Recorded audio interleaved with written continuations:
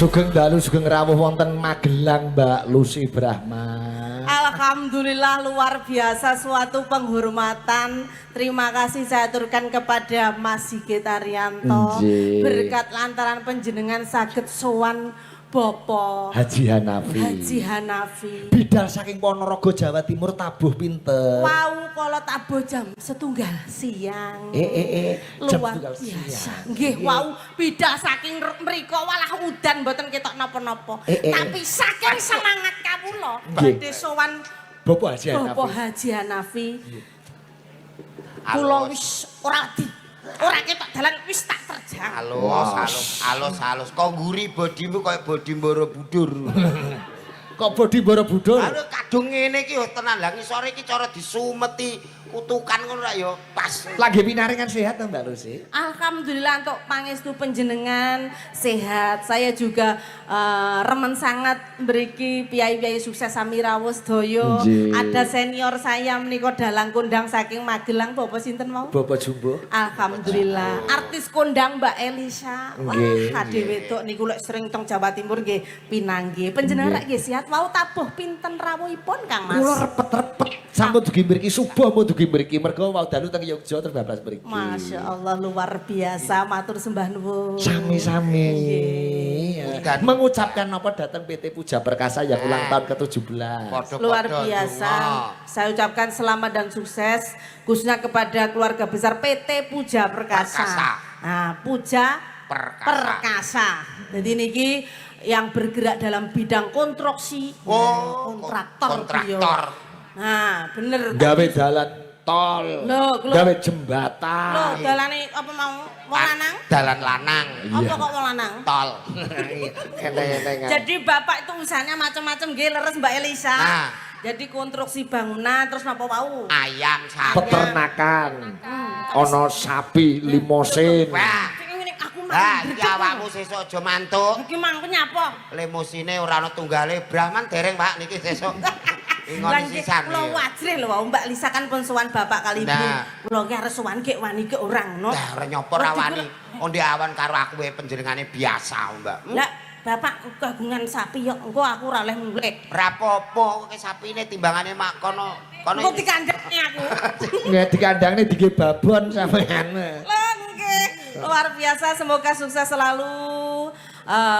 Tambah ngeremboko bermanfaat bagi masyarakat Indonesia pada umumnya. Luar biasa ganjarane kathah karena membuka lapangan kerja ana untuk sekolah warga masyarakat. Ana sekolah awakmu ora ngerti to? Ning Demak Yayasan Hanafi. Yayasan Hanafi niku bergerak di bidang khusus anak-anak yang perawatan khusus nggih, Pak. Oh iya, kowe roh ae. Aku iki pasien kono mbiyen. Loh, Mbak Elisa tak aturi. Dadi iki jawane nyon sewu mau ki ngrasani Pak Hanafi. Oh, ngrasani piye? Iki cara ketan iki. Iki no. Apa? Cara ketan. Koro kenton. Coro nganggo kethu lho. Nyon Awakmu sewu, malah nyuwun ora sewu. ngerti. Aku biyen sing dadi Kian Santang. Lah. Yang santang apa lagi? Yang santang iki putih gede dhuwur ganteng lho. Kowe diwedaki malah bulak rupane Lah iki kok. kena krawukan begone Pak Hanafi kok. Mau ngrasani kene ndek Apa ngrasani aku seneng karo Mbak Elisa yu. Piyai cantik, luar biasa ya ta? Ya dalang kondang. Jajal-jajal kene masyaallah. Lek dijajar nyuwun sewu ya nyuwun sewu. Pripun Mbak Lucy? Lek dijajarne kaya midogdari nyangking. Kirik. Nggih matur nuwun niku wau badhe matur ngoten niku wau nggih. Kirik keciliken. Lah apa? Asu. Kok nesu lho, seniman ki ora pareng nesu apa nek disanding wong ayu kaya ngene iki lho. Ora sithik nesu. Tapi pomo padha-padha milih kowe duwe bojo aku karo Mbak Lisa pilih. Milih sapa aja? Dipikir tenanan. Masih ana ngene kaya asu ya milih iki ya. Kleru kowe iki. Lah kok kleru nyapa? Duwe bojo ayune kaya Mbak Elisa kaya ngono iki malah ndang disedakne tangga ngundang mati. Merga bojomu kayunen. Lho, lah nek Jolang iki kok nggonceng bojone Elisa apa or kalos. lah nek tak bojo awakmu iki terus wong-wong piye? Lho duwe bojo aku ya ora apa-apa awan mbok tinggal teko ngendi-endi nek sing nemu to ya. Alung di bojo Elisa didongakno mati cepet sebelah nek di bojo awakmu. Piye? Matine loro alon-alon kowe. Lho, kowe kudu syukur lek Mbak Lisa kan kayunen lek kanggomu. Iya. Duwe bojo langsing, duwe bojo sing gedhi kaya aku, umpama kowe ra duwe dhuwit nara rasane kok apa-apa kan bojomu pangga gedhi. Oh, dadi ketok susah ora ketok ngono ya. Susah ra ketok. Mbak Lisa kan ame. Wong ngrasani nyuwun sewu nggih. Rasane Kalau apa? kita kan nyuwun sewu lho Mas Sigit. Mau ngrasani. Bocah kok wati. Ngrasani bapak ngene. Alah, bapak iki anu kae lho, apa iki jenenge? Joglo. Joglo. Mas Sigit. Berikut. Pamer dhek. Bapak is joglo iki pira to iki? Sukune pira to? Sokone pira sokone? Pirang belas ngono. Alah, pira iki paling? 16. Paling mek 20 ngono. Paling mek 20 nggon aku kula 50 kok. Gone Bulang iki umuk. Takonono. 50. Cekake 50. 50. Mosok iki ne 50. Sikit. Tenanan. Wes sik tak urus kok iso cagake akeh men omahmu ki. Alah, bapake kalah omahe karo aku. Nun sewu ngono. Pak Igit. Piye? Perkara cagake akeh niku ora perkara apik Pak Igit. Lah piye? Nggih perkara ndoyong iwa tak jagaki, ndoyong nengen tak jagaki. Niku terus dadi tumpuk-tumpuk. Layak aku nyawang omahmu kok sombong. Lah pripun? Omah kok ngene ndak. Oh, malang kerik. Layak kok sombong dangak ngene arep malang ngrek ngene. Lah, Jebule ndoyong mengguri to aja kae. Nggih, malah wingi tak tinggal Jumatan malah ambruk siji ngono Pak. Sujud. Gon-gon terase. Wah, ning tak syukuri saestu Pak Igit daleme meniki menjadi inspirasi dan motivasi. Oh. Gede kayu tenan kae kancaku dalang Rembang kae. Wow. Ya padha iki ya. Iko malah nganggo ritual ngadeke kok. Lah kok iso? Saurunge papan iki coplok aja ngantek mbok demek engko mergo mlengkung. Wong ki cor-coran ngono. Ya ya. Ora apa-apa ning kapan-kapan muga-muga ketularan nggih Pak Igit. Nggih, amin, Bisa amin, sukses amin. kaya panjenengane. Mau wis tak solawati kok tak demek karo tak Wah, solawati. nggih kula nggih Engko dalem ketularan. ombone kaya ngene po alah aku ya ngono. Dadi Mbak Elisa karena panjenengan ingkang asring sowan mriki saya nembe pindah niki alhamdulillah sowan. Bisa sampai Borobudur. Iya, saya mboten ngertos piyai mriki niku remenane napa mengke lek kula matur kekaran nyuwun pangapunten. Boten nopo-nopo remen. Omong. Besok bisa mampir sana itu. Ketinggal kan itu 6 langit dari sini itu. Apa itu yang ketinggal Itu apa lampunya? 6 langit itu. Lampunya kendil-kendil itu apa itu? 6 langit nanti so nyawang opo-opo sih kok kono. Oh iya, Oh, apa iya. itu? Ada request dari Cek. Bobo Haji Hanafi tadi. siap, nggih. Ada fragmen ketoprakan. Fragmen Slender, ketoprak. slender. Lakon menapa niku? Yo kira-kira sing julang bojone loro, sijine cemburu. Nah. Sri Huning karo Kumala Kumala Retna. Retna. Wah. Ngerti ora aku? Ora aku diandani wae Ya, lakone. wis, kok. Aku dadi sopo? Kowe dadi Sri Huning. Sreune. Aku sing Julang dadi Wiratmaya. Ah, Iki Kumala Kumala Retna. Retna. Ceritane kamu nanti saya terima cintanya di sini cemburu gitu ya. Oke. Yes. Iya, gandrung sik nojo. Jumbuh lawan request Bobo Hanafi podang kuning. Oh, ngaten. Request podang kuning pepeling caping gunung gubuk asmara. Alon-alon nggih Pak Igit. Nggih. Suasana. Sing gandrung Elisa. iya. niki critane kula sing mbok wek ngoten. Iya. Kumala. Kumala Retna padha senenge urung dadi Oh, bojone. iya. Kumala Retna, Kumala Suradi. Sing direbone kaya Bathara Kala. Awakmu dandan ngene iki kaya dukun santet. Iya, nyaket kowe iki. Oh, menghormati bapak kali. Dadi Iya. ceritane Kumala Retna ning jero sik, Oh. karo Wiratmaya ning jero. Sing tampil mung Sri Huning Oh, nggih Elisa. nggih nggih ngene kene. Sing elek-elek deletine sik. Dadi Lam renang. Elisa monolog. Oh, iya. Apa ya bisa ya aku Nyanyi. urip bebarengan sesandingan kan Kang Mas Wiratmaya. iya. Nek julang krungu apa ya bisa kowe terus Nah. metu bisa. Oke, Pak Igit. Kentongane ndi? Kene. Arep wae. Tutuk tutuk tutuk.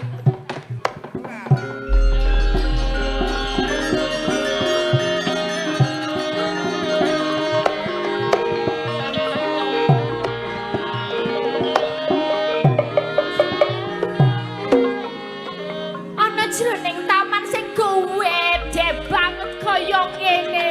Rasaku saya kesengsem, aku saya tresno. Apa ya iso ya aku nyanding Kang Mas Wiratmaya iso bakal ana ning pendopo kono sesandingan bar kuwi nyemplung blumbang iso nglangi bareng-bareng. Apa bungae aku?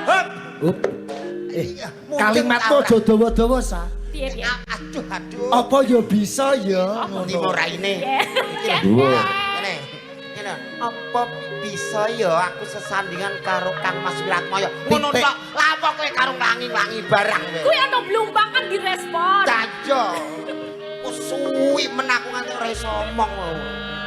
Apa ya iso aku sesandingan karo Kakang Mas Wiratmaya sajrone pendopo kono aku iso sesandingan nampa tamu sing akeh banget panganane pirang-pirang engko Mati dening aku kowe. Blatak. Up. Sa, Elisa.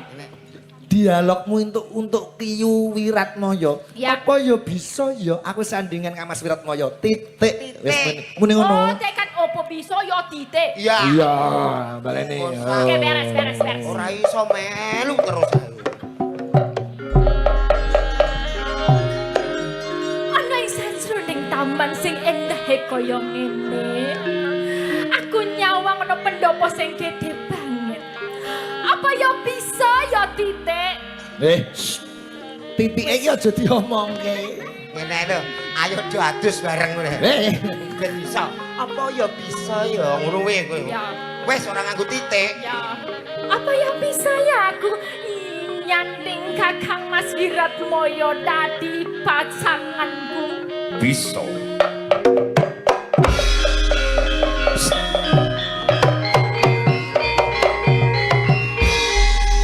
Ayo, mesti mulai mutah to. Gandrung sing apik babangan kok. Apa ya ora ana sing liyane to Pak Ikit sing jenenge Wiratmaya? Mbok sing rada ganteng. Ora ono. Wis iki sing eneng Wiratbaya. Lah, wong ganteng Rongos. elek ini umpama dadi bojone sing dienggo gak raine wae kok. Nah. Ya wis tak tampa sak ono anane. Awakmu aku teko terus cipiki terus awakmu Natian. Oh, cipiki Iya. apa? Cipika. Iya, cipika. Kai kanan ki kiri. Kok kena tenan tak imbe 50 ya. Ih, Rapopo. 50 siji. 50. Izin ya, Pak Iya. Haji izin ya buat. Nah, ampe mutah to? Iya. Bojoku awor aku semaput to. Anatian wujud temong baksi. Oh iya. Badhe tindak pundi Mbak Elisa? Ajeng mendem kucing. Badhe plesiran ngono. Wong jenenge kemesraan iku ajeng shopping ta apa mendem kucing. Ki ayu kek bodoh murah karuan lho. Pacaran. Ya pacaran, sing Nah. cipika-cipiki. Kepengin munggah swarga apa ora kok.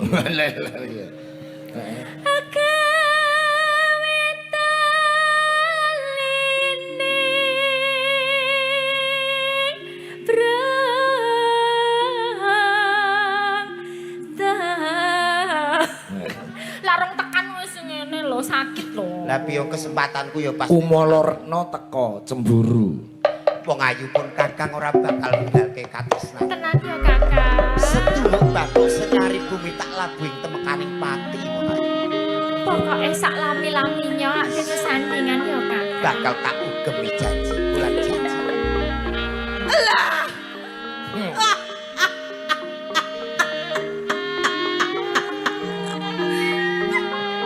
Wis Mas Wiratmaya. Sik Mas. Ceritane iki padha ayune, ora kaya malah medeni wong kuwi. Aku ki Nek sok. iku ula. Ngene lho. Kaya ngono Kang Mas. Lho, wong wedok ki lek ngerti pacare, gendrak angkat wong liya yo jelas marah. Iya wis. Marah. Ora apa-apa wis mbok amuk. Piye? Langsung ngono. Ngomong apa? Ngono kuwi. Ya ngono mesti jedek dhisik wong wedok wis pembawaane kokonane ngono kuwi. Lah, Kang Mas Wiratmaya. Iki sapa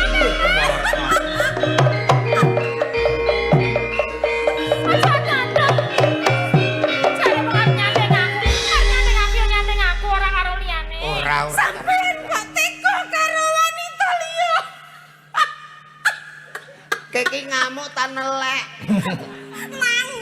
Iya. Lho sakit shock lho pacare sing ditresnani gendaan karo wong liya ki ya wong wedok ki ora iso ngomong. Kumala Retno. Katresnanku mung siji ya karo Sri Huning kok.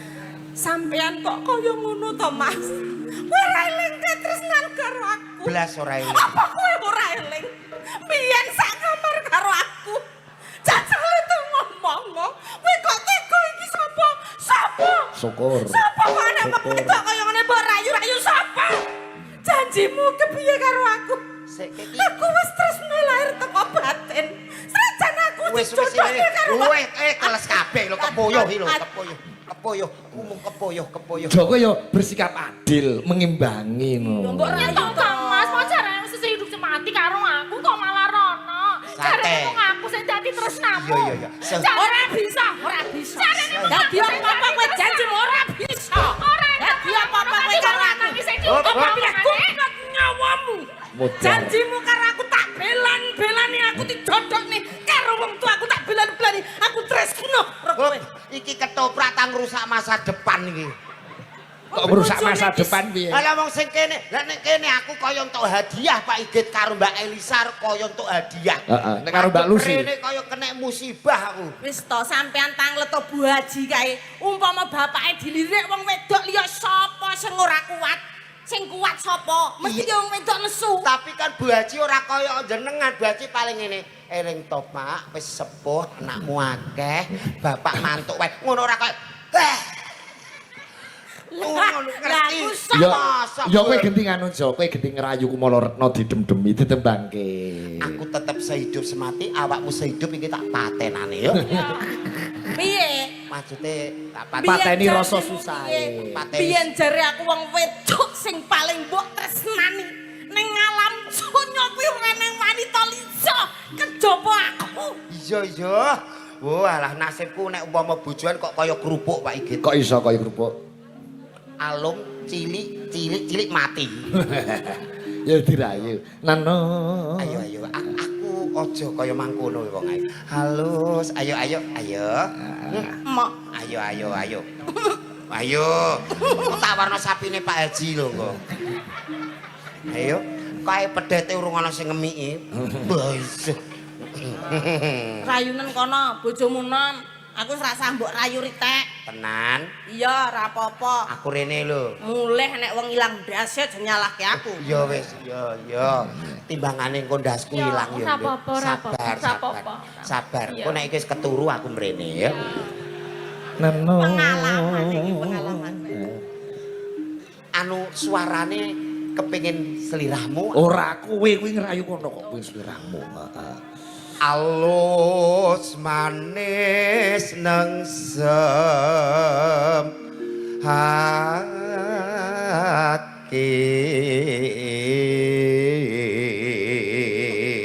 Napa estu atur panjenengan menika to, Kang? Aku kaya ngrangkul bego Pak. Kuwedi ya. Wis to tampa ana nancane bojo siji langsing siji gedhe kan ya kudu disyukuri. Jo. Ngene ora aku nyedak awakmu tek mengkeret ngono lho. Kita kowe kene ndek bojo Mbak Elisa karo aku kudune yo seneng lho. Satu perpaduan yang luar biasa. Kayak alus monggo Mas Dahar. Yo engko lek bagian kusru-kusru. Alah Mas omahe kobong ayo Mas disebur banyu. Ayo Mas nyebrang kono Mas. Sak nek bes ora ndang mati. Iya. Lah aku tetep mati wong awakmu saking kasare mbok uncalno nganggur. Lah beda lek Mbak Elisa. Lah, Elisa. Umpama dijak nyebrang. Nih kalau Kang Mas monggo nyebrang wonten bus diares modar. Malah pas ya. Iya. Ya wis aku tak karo awakmu wae. Heeh, genti Kumala Retno Mbak Lucy senembang. Nah iya. Musuh. Ayo wong ayu. Wis mengken kula pangku. Iya, pangku Jo. Nun sewu Pak. Apa? Modele bojone kaya pule sing teng mriku e. Di pangku men ketok mesra. Salah.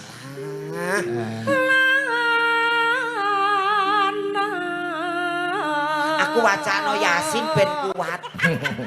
Kowe iki kok mesti ngenyek lho. Ora. Wingi-wingi karo aku gak ngono mbok Ora. ketemu Dek Elisa ngono kuwi Wis, lho. ayo kene. Pangku Jo. Kene, yo. Piye rasane Jo? Duka Pak Igit Kaya ki dengkulku mblusuk ngono lho Pak Igit.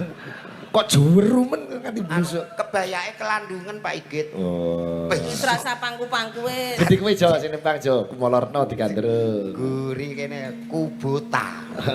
Apa kuwi? Ke diesel. Kono kowe gandrung kumolorno. Lho rene. Angel-angel cemplung ning kolam renang. Syukur. Goleki Gusti Putri Sriuning.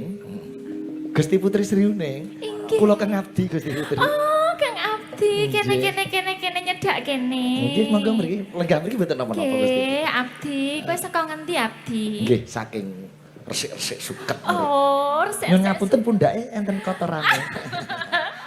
Iya kok yo ngerti jenenge Lambe perhatian yo kaya ngono kuwi ya. Anu- Senadyan Abdi ning kowe ki jen ngerti banget nek aku ki Ora sampe ngomong-ngomong badakmu ki. lambemu ana solare. Iya ngobong kowe kuwi. Lho, Gusti Putri, Sia-sia kan. rikmanipun rambutipun menika aduh wonten bledukipun eman-eman. Ki rambutmu ana tikuse aduh. Iki ning kene ki rada gatel iki rada. Oh, niki wonten. Oh, iya. Aku yang gatel. Iya iya, sik tak kukure. Ya iki lho gatel. Lho iki lho gatel. Mbok sing romantis kok Ya Pak Sigit kan. ngene to padha aja ngantek kalah. Lho, ini ping apa wong kono keluarga rapat yo bahagia. Wis ben jenenge wong cemburu yo ngene. Abdi, sing sak awak dhewe mlaku-mlaku adoh ya. Yo, alamun to kula kasembadan palakrama kalian panjenengan Gusti Putri. Wah, badhe bulan madu wonten Magelang. Iya, ning Magelang kena, ning luar negeri ya kena, kok tak tumpake pesawat.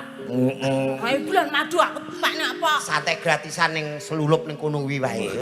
Nggon kolame Pak Hanafi. Ya paling gak ditumpakne apa wong kono numpak pesawat. Aku awake numpak bedoso.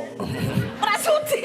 Nggo ning Jalan dhewe. ning Itali makan spaghetti kita. Iya, Abdi tak tukokke spaghetti, tak tukokke pizza, apa sembarang kalir apa sing mbok pengen ke tak tukokke kabeh ya. Matur nuwun Gusti Putri. Pizza lho pizza, spaghetti tukono kuwi. Wah, awake dhewe yo mangan pizza, yo mangan spaghetti. Lho kok kowe duwe duit? Ha ngenteni sisamu. Le bojo kok. Ya wis iki seriune gandrungan Jo. Nih. Genti seriune sing gandrung wirat saya. Sejatine aku sing dadi pangeran kene pemain. Pangeran Diponegoro. Jare ngarep siji. Kok ngono imbah-imbuh. Wis kok tak patenani. Aku sengit aku nek kaya ngono. Jo. Ayo, ayo. Aku ya ora iso ayo. Jo. Mari Jo.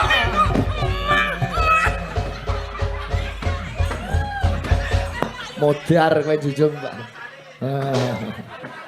Rasane jujung Mbak Lucy piye? Piye? Junjung Mbak Lisa nyeng. Penak. Oh enak. Jujung Mbak Lucy. Junjung iki waluh. Piye? Kaya bego sing pas sing petelane lho, Pak. Ret abote. Bobotmu kuwi pira to jane? Bobotmu pira? Jajal kene Elisa wis ketok moto 42 awakmu pira? Kowe iki ya salah ndelok. Aku bobotku ya 45 kacek rada lho, Elisa. 45. Kuwi kabeh taikune tok. 45 ki ngisore kene lho. Oh. 70 kene. 115.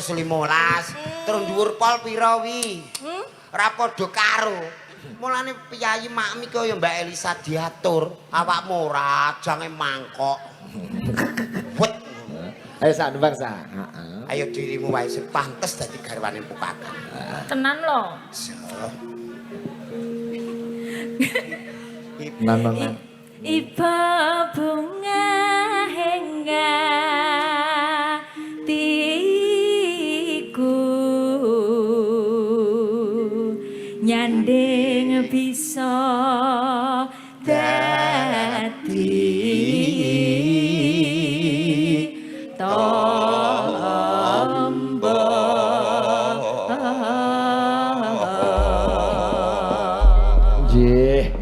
Podang kuning kunjuk mitra kerja Bapak Hanafi wonten PT Adikarya kadang-kadang rawuh. Bank BRI, Mandiri, BNI, sembah nuwun sedaya para kadang-kadang mitra kerja yang tidak bisa disebutkan satu persatu. Terima kasih. Katae Pak Iki. Nggih. Podang kuning nyau. Buka saking Mbak Elisa. Digarap sing mat Mbak Elisa. Iya, engko tiba Mbak Lucy digarap cara jaranan. Oh iya. Cara sapi. Iya. Esuk awan ning omah wis ora krasa.